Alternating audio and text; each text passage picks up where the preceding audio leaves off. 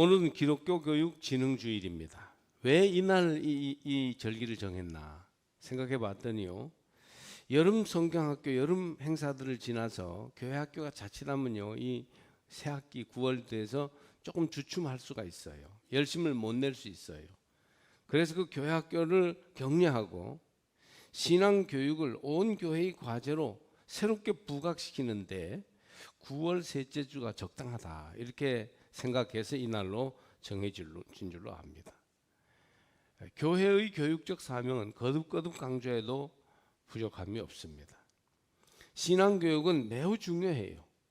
좋은 교회를 말할 때 건물이 좋고 뭐 행사가 좋고 여러 가지 일을 말하지만 사실은 미래가 있는 교회가 좋은 교회입니다. 지금보다 5년 뒤, 10년 뒤가 좋은 교회가 정말 좋은 교회입니다. 우리 교회는 지금보다 5년 뒤, 10년 뒤가 더 좋아지기를 바라고, 우리의 다음 세대들이 교회의 주역이 될 때는 정말 이 영동에서 전국에서 뛰어난 교회 될 수 있기를 바랍니다. 다음 세대가 많은 교회, 또 선대의 믿음을 더 훌륭하게 키워 계승하는 교회, 이 교회가 우리가 바라보아야 할 좋은 교회의 모습입니다. 한국 교회는 이런 점에서 큰일 났어요. 교회 학교가 조금 부흥한 교회도 낙관할 수가 없습니다. 선대들의 믿음을 지킬 뿐 아니라 발전적으로 계승하여 시대의 변화에 맞춰서 앞서가는 교회, 새 교회의 모습을 보여주는 그런 교회 학교, 그런 다음 세대의 신앙을 보기가 쉽지 않기 때문입니다. 여러분, 이 일을 위해서 기도해 주시기 바랍니다. 지난해 교회 성장 연구소에서 목사님들에게, 교육자들에게 설문조사를 했어요. 지금 한국 교회가 가장 중요하게 생각해야 할 것은 무엇인가? 거기에 대해서 우선순위가 맨 처음 나온 게 뭐냐면 다음 세대 신앙교육이에요. 바로 오늘 우리가 관심을 가지고 있는 그런 부분이죠. 다음 세대 신앙교육이 제일 우선순위 1번이었어요.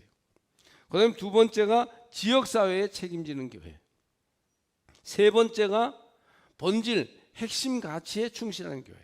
교회가 뭐 하는지도 모르고 계모임처럼 자기들끼리 모여서 왔다 갔다 해서는 안 되고, 뭔가 가치와 방향이 분명해야 되고 하나님의 부르신 부름의 내용이 확실해야 되는데, 그런 내용, 신학적이고 교리적이고 그런 내용이 분명한 교회, 이 세 가지를 들었습니다. 그 중에서도 제일 우선되게 급하게 중요한 것이 다음 세대 신앙교육이라는 것입니다. 여러분의 가정은 어떠십니까? 여러분의 가정의 믿음은 자녀들과 손자녀들의 믿음이 잘 자라고 있습니까? 자녀들, 손자녀들을 위한 신앙교육의 꿈과 방향을 가지고 계십니까? 여러분의 가정마다 자녀들, 손자녀들이 더 예수 잘 믿기를 주의 이름으로 축복합니다. 저도요, 우리 외손녀가 한 명씩 있는데 걔네들이 뭐 춤을 잘 추고 노래를 잘하고 뭐 이쁘게 뭐 꾸며서 뭐라고 이럴 때보다는 걔네들이 찬송 부르고 할렐루야 아멘 할 때가 그렇게 보기 좋고 귀엽더라고요. 여러분의 자녀들, 우리의 자녀들이 그렇게 믿음으로 자랄 수 있기를 축복합니다. 이런 문제에 예수님이라면 어떻게 하셨을까? 오늘 본문은 제자들과 예수님이 마지막 밤을 지내시던 말씀 중에서 아주 중요 부분이에요. 요한복음 14장부터 17장까지는 고별 설교라고 해서 예수님이 제자들과 마지막 밤을 보내실 때 제자들에게 하신 말씀이 실려 있습니다. 오늘 말씀 16장 33절을 보면 세상에서는 너희가 환난을 당하나 담대하라, 내가 세상을 이기었노라. 그런 아주 강력한 말씀이 들어있는데 이게 다 마지막 밤에 하신 말씀입니다. 예수님이 실제로 어려움을 당하시면서 어려운 제자들을 향해서 믿음으로 담대할 것을 가르쳐준 용기를 북돋우는 말씀이에요. 예수님이 생애 가장 큰 위기를 만난 밤이죠. 죽느냐 사느냐 문제가 있었으니까. 그럴 때 제자들이 하신 말씀이요 당부가 여기에 나옵니다. 그러면 여러분 이 말씀 속의 내용이 중요한 얘기를 나누셨을까요? 아무 얘기나 그냥 안부나 묻고 말하셨을까요? 말할 것도 없이 굉장히 중요한 얘기가 거기에서 이루어졌습니다. 환난 밖에서도 믿음을 지키고 세상을 이기고 남는 영적 능력을 가질 수 있도록 가장 중요한 핵심 내용을 가르쳐 주셨습니다. 그래서 오늘 이 말씀은 신앙교육을 책임지고 노력하는 교사들과 교회 학교들에게도 아주 중요한 말씀이에요. 특히 위기 때, 환난을 만났을 때, 어려움이 있을 때 어떤 믿음을 가지고 갈 것이냐, 이것을 예수님이 마지막 날 밤에 보여주셨습니다. 여러분, 우리 자녀들, 제자들이 믿음이 언제 자란다고 생각하십니까? 믿음이 자라는 것은 평탄할 때, 문제 없을 때가 아니고 사실은 어려움을 당할 때, 시련에 부딪혔을 때, 그때 어른들이 어떻게 믿음으로 응답하는지를 보고 자녀들의 믿음이 거기에서 자라는 것입니다. 환난과 재난을 당했을 때 보여주는 어른들의 믿음, 그것이 자녀들의 믿음이 됩니다.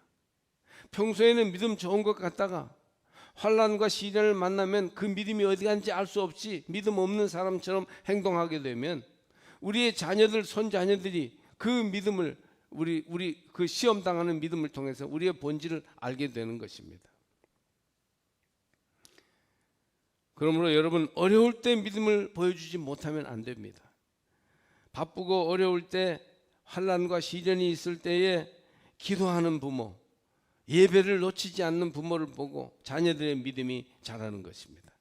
요즘 같은 코로나 정국은 어른들이 그 믿음을 다음 세대에 보여줄 수 있는 기회입니다. 이때야말로 다음 세대의 교회 학교에 믿음의 유산을 보여줄 수 있는 중요한 시간입니다. 이때 믿음을 자녀들에게 보여주십시오. 여러분의 믿음을 여러분의 자녀들, 여러분의 손자 손녀들에게 보여주시기 바랍니다.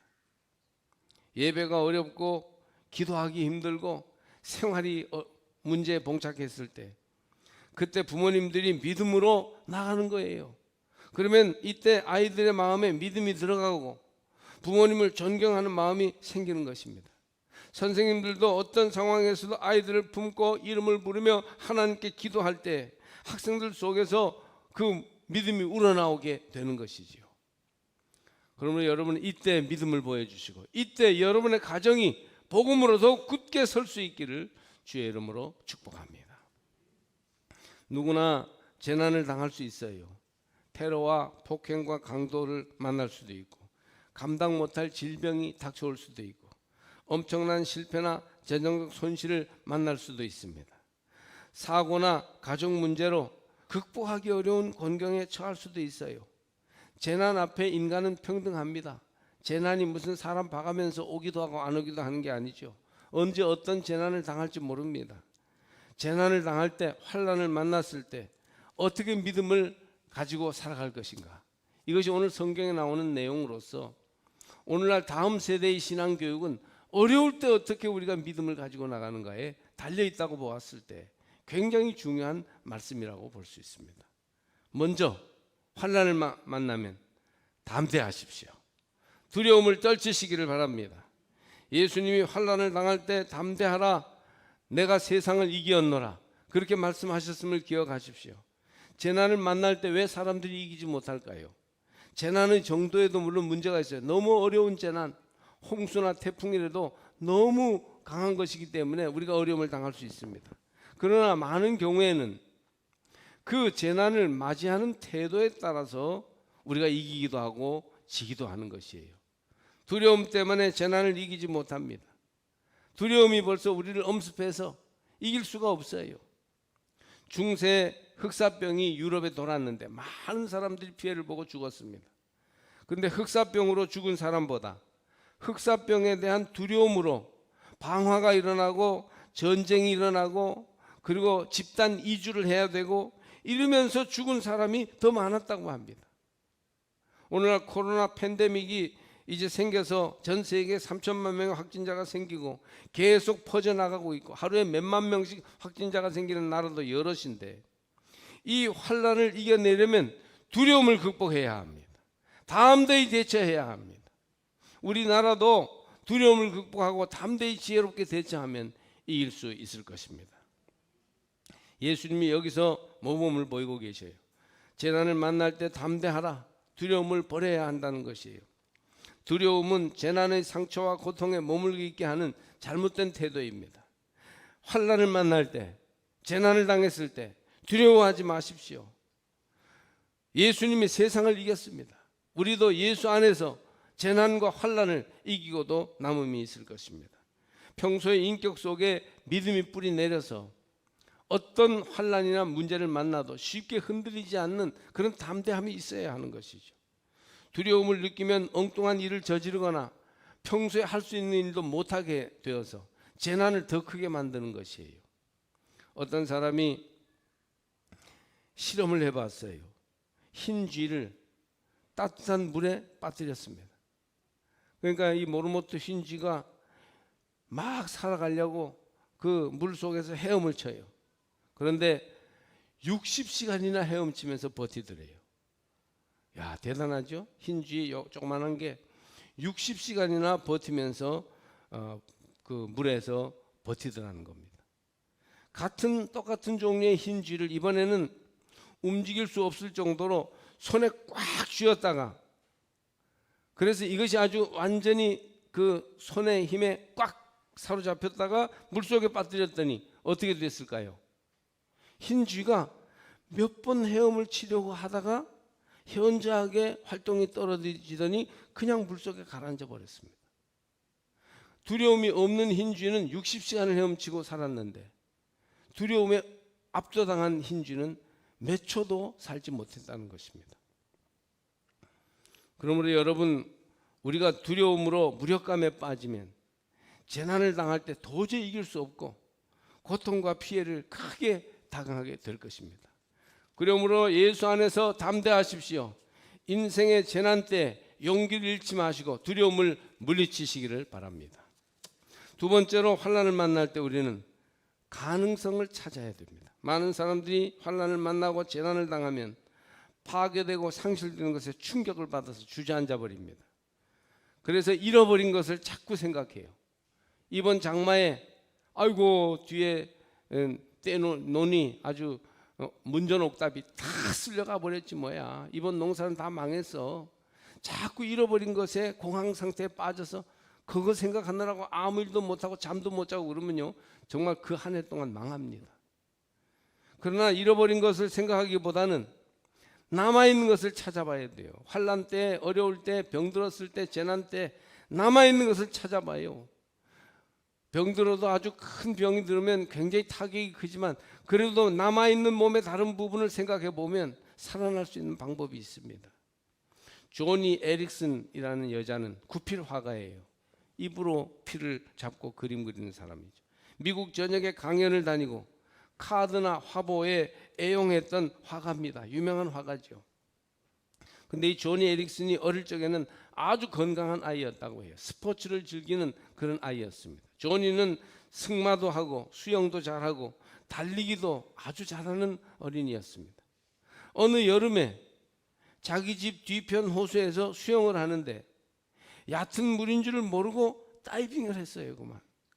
근데 물이 깊은 줄 알았더니 얕아서 그만이야 바닥 바위에 머리가 부딪히면서 전신이 마비되었어요. 물에서 건졌는데 기절해가지고 전신이 마비돼서 그 다음부터는 목 이하로는 못 쓰는 거예요. 몇 달 동안 57kg의 몸무게가 30kg로 줄어들었고 머리카락을 다 깎고 쇠뭉치로 틀을 만들어서 고정시켰으며 정신 차리고 보니까 모든 몸이 다 마비되고 죽은 사람처럼 되어버렸어요. 그런데 이럴 때 잃어버린 걸 생각하고 아이고 나는 어떻게 이랬으면 아무것도 못하겠는데, 이 조니는 자기를 그대로 받아들인 후에 남아있는 게 무엇인가 이걸 찾아봤어요. 어깨 윗부분에 목소리가 남아있고 볼 수 있는 눈이 남아있고 머리가 멀쩡한 거예요. 거기에서 그녀는 자기가 할 수 있는 것을 하기 시작했어요. 할 수 있는 걸 찾아가지고 거기에서 시작했어요. 그러니까 이제 입을 움직일 수 있고 눈을 볼 수 있고 귀로 들을 수 있고 머리로 판단할 수 있고, 그러니까 그것을 자꾸 활용해서 뭔가를 하니까 점점 좋아져서 나중에는 손을 조금씩 움직일 수 있게 돼요. 물론 정상적으로는 못 쓰지만. 그래서 기계를 이용할 수 있게 됐어요. 손으로. 그리고 먹을 수 있게 되고 스스로 먹을 수 있게 됐어요. 그리고 누워있기만 하였던 데에서부터 휠체어에 앉을 수도 있게 되어서 조니 에릭슨 유명한 구피라가가 돼서 전 미국으로 다니면서 활동하게 되었던 것입니다. 할렐루야. 여러분, 잃어버린 거 거기에 충격받지 말고 남아있는 거 찾으면 환난에서도 이길 수 있습니다. 또 우리는 고통과 슬픔을 나눌 사람을 찾아서 같이 좀 대화할 수 있어야 돼요. 어려울수록 고통과 슬픔을 나눌 사람이 있어야 됩니다. 슬픔을 나눌 때 재난을 객관적으로 볼 수 있는 힘을 얻습니다. 위로하며 대화할 사람이 최고의 친구예요. 어떤 목사님들도 우울증에 앓기도 하는 모양입니다. 우울증으로 고생하다가 겨우 극복했어요. 그런데 그 시점에 출생한 지 몇 주 안 되는 손자가 무슨 사고로 죽었습니다. 목사님이 너무 충격을 받았어요. 그러나 목사님이 아무리 충격을 받아도 주일 예배를 안 드릴 수가 없잖아요. 그래서 주일 예배에 나가서 예배를 인도하시면서 성경을 읽으려고 하는데 그 악이 생각이 나서 목에 성경 말씀이 걸려서 읽어지지가 않는 겁니다. 얼마나 답답해. 교인들이 다 긴장해서 목사님을 보고 있습니다. 그래서 목사님이 그때 회중들에게, 교인들에게 손자의 죽음을 알리고, 내 손자가 이런 사고로 죽었습니다. 그리고 그 때문에 내가 너무 마음이 아파서 성경이 읽혀지지 않습니다. 여러분 기도해 주세요. 교인들이 다 그것을 공감하고 아파하며 마음으로 기도했어요. 그리고 이제 예배를 잘 드리게 됐습니다. 사람들이 목사님의 고통을 우리가 함께 나눌 수 있게 되어서 감사합니다. 저도 너무 슬펐어요. 목사님이 힘내세요. 이런 단순한 말이지만 가장 도움이 되는 말을 해주었어요. 목사님은 혼자라고 느끼지 않았고 슬픔을 이길 수 있는 힘을 얻었습니다. 여러분, 재난을 만날 때에는 고통과 슬픔을 나눌 수 있는 친구를 가져야 됩니다. 마음을 열고 이야기하세요. 나는 이렇게 힘들어요. 이렇게 어려움이 있어요. 위에서 기도해 주세요. 손을 잡고 어떻게 하면 좋아? 나 좀 도와줘. 그런 친구가 있어야 합니다. 그리고 친구는 믿고 얘기하는 것을 절대 다른 사람에게 뒷담화로 퍼뜨려서 상처 주지 말고 신의를 지켜줘야 돼요. 묵묵히 그의 아픔을 나누면서 같이 기도해 주어야 하죠. 여러분, 환난을 만날 때 고통과 슬픔을 나눌 사람을 찾고 그들과 친구가 되시기를 바랍니다. 우리 그리스도인들은 환난을 만나며 질병으로 고통받는 사람에게 그들을 위로하고 얘기를 들어줄 수 있는 친구가 되어 주어야 합니다. 네 번째로, 치유와 회복의 희망을 가져야 해요. 여러분, 어려움 만났다고 낭망하고 좌절하지 말고 우울에 빠지지 말고 치유와 회복의 희망을 가져야 됩니다. 희망은 목표를 제시함으로 우리에게 무력감을 극복할 해독제가 됩니다. 희망을 가져야 돼요. 기도해야 돼요. 브라이언 스턴버그라고 하는 사람은 장대 높이뛰기 선수였어요. 20대 초반에 5m 8cm라는 세계 신기록을 세운 아주 유망한 선수였습니다. 그런데 브라이언 스턴버그가 연습을 위해서 아주 강한 연습을 하느라고 트램플린 운동을 강하게 하다가, 평지에서 뛰는 운동을 하다가 그만 튕겨나와서 머리에 부딪혀서 마비가 됐어요. 엄청난 고통과 좌절이 엄습했죠. 5m 8 기록을 세웠던 뛰어난 선수가 이제 마비가 됐으니까 앞으로는 훌륭한 선수가 될 수 없으니까 낙심할 수밖에 없었어요. 그런데 여러분, 그가 낙심하지 않고 14년 동안이나 치유와 회복의 희망을 가지고 계속 기도했다는 것입니다. 14년 동안이나. 기도할 때 두 가지 유익이 있어요. 하나는 하나님이 치유시켜 주시고 회복시켜 주신다는 것입니다. 또 하나는 그 기도하는 동안 하나님이 평안을 주셔서 스스로를 지킬 수 있게 한다는 것입니다. 그러므로 여러분, 약간의 어려움 또는 상당히 심한 타격을 주는 어려움이 있다 할지라도 치유와 회복의 희망을 잃지 말고 깨어 기도함으로 나아가시기를 바랍니다. 마지막으로, 우리가 어려운 환난과 재난을 당하고 문제를 봉착하면 남에게 봉사하는 삶을 살아야 돼요. 지극히 작은 일이라도 내가 할 수 있는 봉사를, 남을 위한 봉사를 시작하십시오. 계속 도움을 받기만 하면요, 그 환난에서 벗어날 수 없어요. 사람이 아주 받기만 하는 사람이 돼가지고, 그래서 그렇게 괴로울 수가 없는 것이에요. 그럴 때일수록 도울 수도 있어야 해요.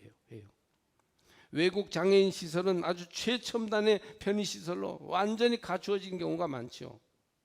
이런 곳에 오래 지내게 되면 장애인들은요, 절대 다른 곳에 갈 수 없습니다. 거기에 다 아주 편리하게 되어 있기 때문에 그렇게 도움을 받고 신세를 받으면서 장애인들은 그냥 모든 것을 다 도움을 받으며 살게 됩니다. 그렇게 되면요 장애를 평생 못 벗어나요. 한 장애인이 이 사실을 깨닫고 내가 이대로 지금 좋은 편의시설에서 도움만 받으며 신생아지면서 살면 안 되겠다. 내가 평생 이렇게 되겠다 해서 그때부터 스스로 봉사를 시작했어요. 불편하지만 여러 가지 쉽지 않지만 오히려 봉사를 자꾸 했어요.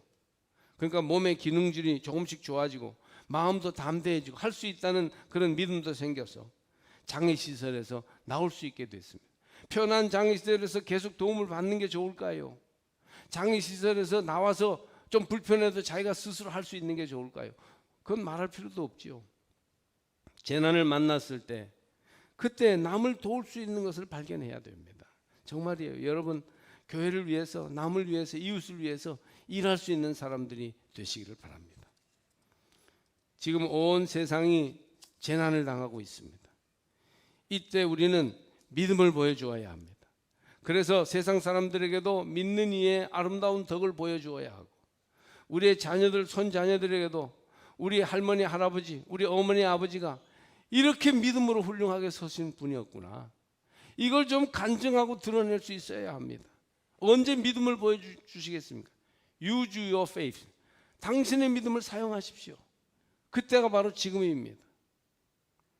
32절에 보라 너희가 다 각각 제 곳으로 흩어지고 나를 혼자 둘 때가 오나니 벌써 왔도다.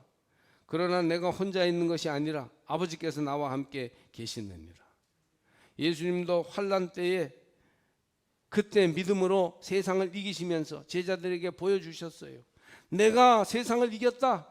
너희도 환난을 이기고 세상을 이겨라. 죄악의 권세를 이기며 살아라. 그렇게 말씀하고 계십니다. 우리가 믿음을 왜 가집니까? 무슨 액세서리입니까? 고상하게 우리 꾸미려고 나 교회 다닌다, 나 제일교회 교인이다, 이거 보여주려고 예수 믿습니까? 아니지 않습니까? 우리가 환난을 당할 때 이겨내고 우리의 인생에서 하나님의 뜻을 이루고자 거룩하고 아름답고 훌륭하게 살고자 믿음 가지는 거 아닙니까? 그렇다면 환난 때 믿음을 감추어 두지 말고 사용하시기 바랍니다. 개인이나 사회가 재난 시절에 충격을 받아 공황 상태에 옵니다. 뭘 할지 알지 못하고 입만 살아가지고 남 탓만 하고 있습니다.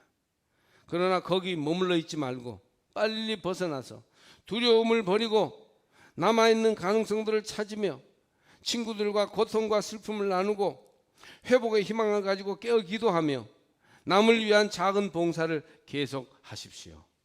그때 재난이 우리를 쓰러뜨리지 못할 것입니다. 무엇보다 믿음을 가지면 평안을 주세요. 이것을 너희에게 이르는 것은 너희로 내 안에서 평안을 누리게 하려 함이라. 내 안에서 평안, 그리스도 안에서 평안. 극심한 불안의 밤입니다. 로마 병정들이 예수님을 잡으려고 혈안이 되어 있습니다. 제자들은 뿔뿔이 흩어졌습니다. 원수는 바로 동족 유대인들로서 예수의 메시아됨을 회방하기 위하여 결사각오로 예수님을 대적하였습니다. 그러나 예수님은 그 밤에, 그 위험한 밤에 내 안에서, 즉 예수 안에서 평안을 누리게 하려고 너희에게 말씀을 하고 있다. 예수 안의 평안을 전해주셨어요. 33절에 예수님 말씀은 우리 신앙생활 전체에 해당합니다. 극심한 고통의 밤이나 환난이 닥쳤을 때 내 안에서 평안을 누리게 하십니다. 예수 안에 거하는 평안을 마음속에 가져야 해요. 그게 바로 믿음입니다. 우리 마음이 예수 안에서 평안을 얻을 때 자녀들과 손자녀들, 가족들에게 그 평안을 보여줄 수 있어요. 예수님이 내게 주신 평안이다. 너희도 평안하라. 우리 가정도 평안하자. 교사들도 제자들에게 마음에 있는 평안을 보여줄 수 있기를 바랍니다. 그러면요 신앙교육은 끝난 거예요. 우리 선생님이 저렇게 훌륭한 믿음을 가지고 환난 중에도 예수님의 평안을 가지고 계시는구나. 이게 신앙교육이 아니고 뭐겠습니까? 20세기 후반 마지막 30년, 즉 1970년에서 2000년까지는 한국 교회의 영광의 시대였습니다. 기독교 인구가 급성장하여 1200만 명을 넘어섰고 세우는 교회마다 부흥성장하였습니다. 세계 교회의 선교 역사에 주목을 받을 만한 교회가 되었습니다.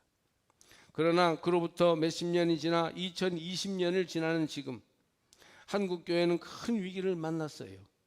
기독교 감소, 인구 감소가 되고 있습니다. 교회의 60%와 70%는 노인 세대입니다. 교회 학교 어린이가 10% 연마다 감소하고 있다는 소식을 듣고 있습니다. 교회 학교 없는 교회가 약 46%, 거의 반 교회가 교회 학교가 없습니다. 우리 삼척 지역 교회 연합회를 보더라도 반 가까이가 교회 학교가 없어요.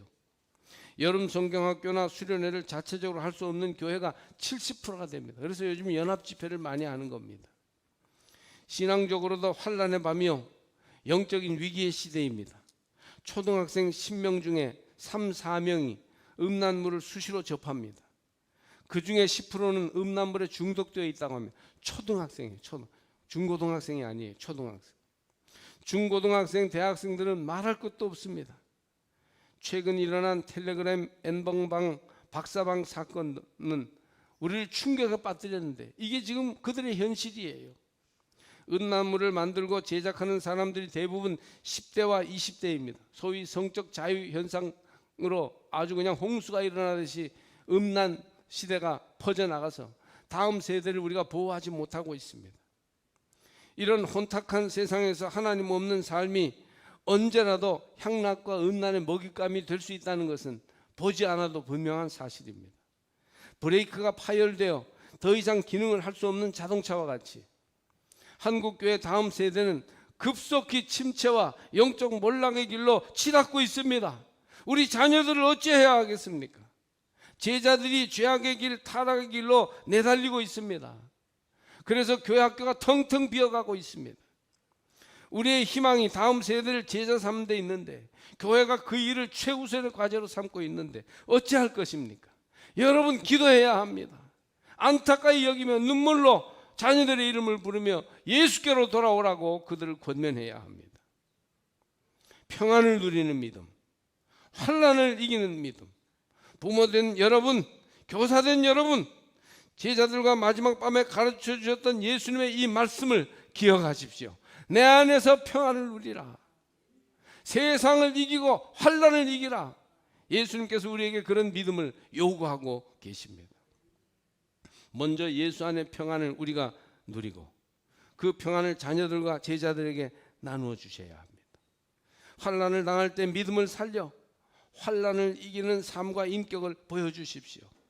모든 것을 다 주님께 맡기고 집착을 버리며 영원한 나라를 소망하는 그런 가치관을 가지고 믿음을 잃지 말아야 합니다. 재난을 만난 온 세계인들을 하나님께서 위로하고 구원해 주시기를 바라며 기도해야 되겠어요. 그리고 재난의 시기에 믿음으로 이기는 성도들이 되어 다음 세대, 그 다음 세대를 예수 이름으로 구원해 내시기를